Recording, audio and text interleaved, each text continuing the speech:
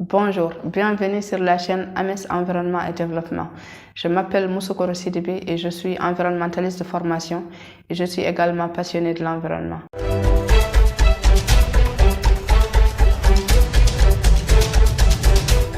Alors aujourd'hui, dans cette vidéo, nous allons parler de la suite des domaines de l'environnement. On a la protection de l'environnement et le droit de l'environnement. Alors, on va commencer par la protection de l'environnement. La protection de l'environnement, au fait, c'est le fait de limiter et supprimer les impacts des activités humaines sur l'environnement. Mais cette discipline, elle nécessite la compréhension systémique et globale de l'environnement et aussi d'identifier quelles sont les activités humaines qui peuvent impacter négativement de façon à ne pas développer les générations actuelles et futures. Et aussi, c'est un domaine que, par exemple, pour les actions à développer, ils doivent être d'abord scientifiques, puis citoyennes et encore politiques.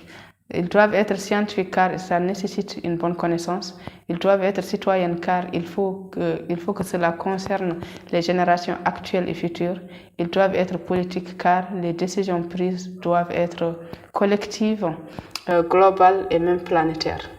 Voilà, donc là, il y a au fait une liste de beaucoup d'actions pour la protection de l'environnement qu'on ne pourra pas tout donner ici, mais on va juste donner 2 à 3 exemples. On va commencer par exemple par le fait de limiter ses déchets. Limiter ses déchets dans ses activités, dans ses achats est une action de protection de l'environnement, d'autant plus que vous savez l'effet négatif donc des déchets sur la dégradation de l'environnement. D'accord. Donc, on a aussi une deuxième action de protection de l'environnement qui est le fait de limiter sa consommation en eau. Nous tous, on sait que l'eau, c'est une ressource naturelle qui n'est pas illimitée. Donc, le fait de la gaspiller, ce n'est pas une très bonne chose pour la gestion de l'environnement. Donc, limiter sa consommation d'eau est une action de protection de l'environnement. Troisième action de protection de l'environnement, on peut parler de le fait de se déplacer autrement. Parce que dans certains pays, par exemple, où il y a une avancée vraiment des gouvernements sur la préservation de l'environnement, ils encouragent le transport en commun. Parce qu'on sait qu'il y a un lien en fait, entre le nombre de voitures qui circulent et la quantité de CO2, gaz carbonique qui est libéré dans l'air et l'augmentation du niveau de gaz à effet de serre et aussi l'accentuation du problème de changement climatique qui est extrêmement négatif pour la dégradation de l'environnement et aussi cet effet sur la dégradation de nos environnements. Donc c'est pour cela que le fait de se déplacer autrement est central parmi les actions de protection de l'environnement. Donc là, je crois qu'on a fini avec ce domaine. On va aller au domaine suivant qui est le droit de l'environnement.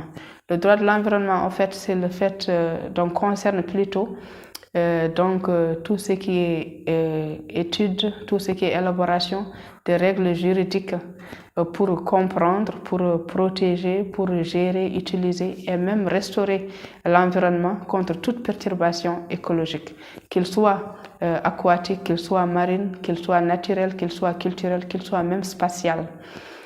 Parce que aussi le droit de l'environnement, il est complexe et mixte à la fois. Et aussi, en plus, c'est un droit qui est transversal. C'est-à-dire, il y a le niveau local, le niveau communautaire, le niveau national et le niveau international.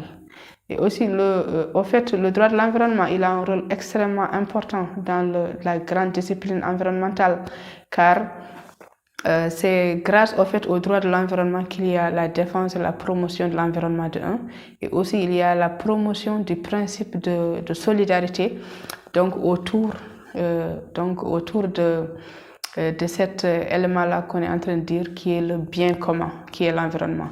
Donc c'est grâce à ce domaine que l'environnement est considéré comme un bien commun que tout le monde doit protéger. D'ailleurs, il y a plus de 300 conventions signées dans le monde en faveur de la préservation de l'environnement, mais sans citer aussi d'autres accords bilatéraux qu'on n'a pas cités ici dans cette vidéo. Donc voilà, pour vous dire à quel point ces deux domaines aussi sont extrêmement importants pour l'environnement. Et donc, je vous remercie d'avoir suivi la vidéo jusqu'ici.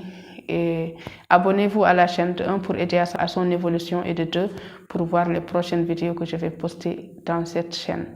Je vous remercie et je vous dis à très bientôt.